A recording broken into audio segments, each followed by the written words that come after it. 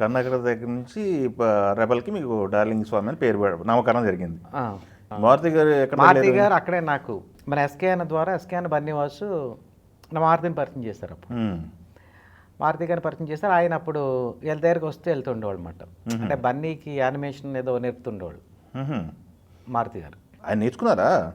Animation అసలు మారుతి గారు animation బొమ్మలు చాలా బాగా వేస్తారు. మారుతి గారు ఓకే, నేను అనేది బన్నీ గారు నేర్చుకున్నారా? బన్నీ గారు నేర్చుకున్నారు ఆ టైంలో. యానిమేషన్ అవి కోర్స్ ఏదో నేర్చుకున్నారు ఆ టైంలో.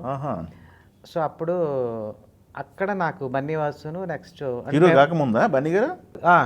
కాకముందు, హీరో కాకముందు నేర్చుకున్నారు. ఇప్పుడు హ్యాపీ సినిమాకి అప్పుడు అక్కడ ఆ సినిమా అయిపోయింది. ఆ టైంలో నాకు బన్నీవాసు అండ్ ఎస్కేఎన్ వీళ్ళు బాగా క్లోజ్ మాట. సో అక్కడ నాకు మారుతి గారిని పరిచయం చేశారు. చేసిన తర్వాత ఆయన అప్పుడు సినిమా చేద్దాం అనుకుంటున్నారు. బస్ స్టాప్ అనే ఆ సినిమా ఫస్ట్ రావాల్సింది అది కదా, ఈ రోజుల్లో వచ్చింది. బస్ స్టాప్ సినిమా అప్పుడు ఆ కథ ఒకటి అనుకుని అప్పుడు ఆ టైంలో నన్ను పిలిచారు అన్నమాట. అప్పుడు మారుతి గారితో కూర్చుని నేను ఆ టైంలో వర్క్ చేసాం. ఓకే. సో ఆ సినిమా ఒక 4 days తర్వాత ఆ సినిమా ఆగిపోయింది. అప్పుడు కెమెరా రీల్ అప్పుడు. సో ఆ రష్ అది చూసి కొత్త అబ్బాయి హీరో నచ్చగా ఆపేశారు. సో అది అలా ఆగిపోయింది. అక్కడ ఆ సినిమాకి ప్రభాకర్ రెడ్డి అని ఒక అతను కెమెరామెన్.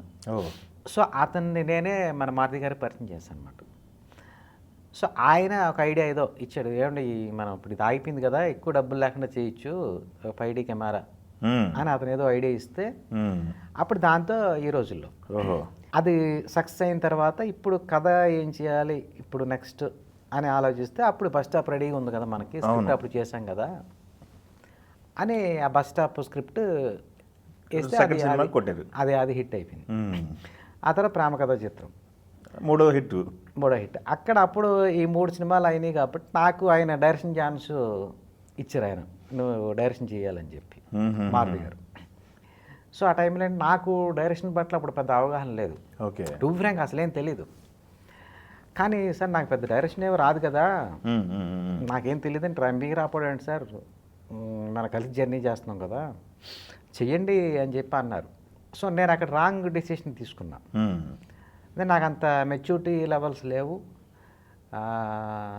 విజువల్గా నాకు అంత కమాండ్ లేదు, నెక్స్ట్ ఒక డైరెక్టర్కి కావాల్సిన లక్షణాలు ఏమీ లేవు నాకు. అప్పుడు ఏదో సినిమా అప్పటికి పెద్ద సినిమాలు రాసేసిన రాయడం మీద ఫోకస్ ఉంది మొదటి నుంచి. సో మారుతి గారు చేయమంటే అప్పుడు అంత అవకాశం ఎందుకు మళ్ళీ వదులుకోవడం అని ఆ టైంలో మేము చేసాం. అది ఎవరికి లాస్ లేదు, అందరికీ ప్రాఫిట్సే. బట్ పర్సనల్గా నేను సాటిస్ఫైడ్ కాదు, దాంట్లో నేను ఫెయిల్ అయ్యా. అప్పుడు నేను టోటల్గా డైరెక్షన్లో ఫెయిల్ అయ్యింది నాకు అర్థమైంది ఆ విషయం. బట్ ఏంటి అది ఎవరి తప్పో కాదు, నా తప్పే. తెలియకుండా నేను ఒప్పించుకోవడం, నాకు నాలెడ్జ్ లేకుండా.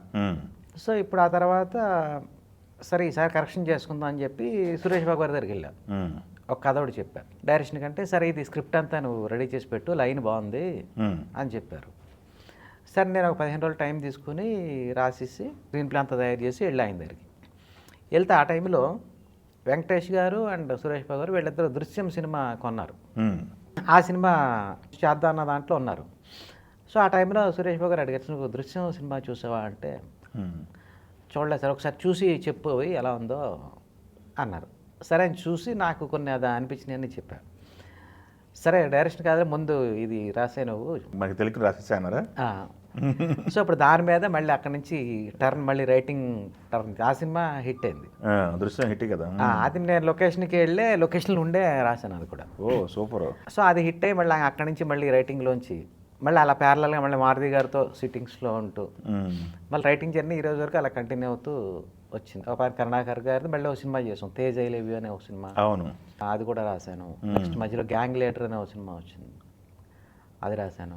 నాని గారి గ్యాంగ్ లీడర్ అది అడిషనల్ డైలాగ్స్ అనే సరిపోయారు అప్పుడు. అడిషనల్ డైలాగ్ దానికి 4-5 వెర్షన్స్ రాయించారు. ఆయన తమిళ్ కదా, సో 4-5 వెర్షన్స్ రాయించినప్పుడు ఇంకా 4 కార్డులు వేస్తారు అలా. ఓకే ఓకే అట్లా ఇస్తారా.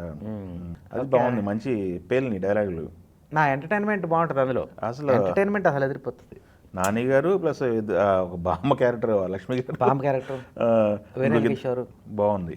సో అది కొంచెం స్టోరీలో చిన్న ఇబ్బంది వచ్చి అది యావరేజ్గా వెళ్తుంది ఆ సినిమా. అదే అయితే ఏదో సిట్టింగ్ ఏదో ఒక స్టోరీ సిట్టింగ్ కానీ లేకపోతే పేరు పడినా పడకపోయినా ఏదో వరకు ఆ రోజు నుంచి ఈ రోజు వరకు కూడా ఖాళీ లేకుండా ఏదో వరకు కొన్నిటి గోస్టులు ఉంటారు, కొన్నిటికి వాళ్ళు ఉంటారు, వీళ్ళు ఉంటారు. ఆత్మలో గోస్టులు చాలా పేర్లు ఉన్నట్టున్నాయి కదా. చాలా రచనా సాగారం, రచన సాగర్, మూల కథ, స్క్రీన్ ప్లే సాగారం, అలాగే హరీష్ శంకర్ కొన్ని మాటలు, ఇలా రకరకాల కార్డులు.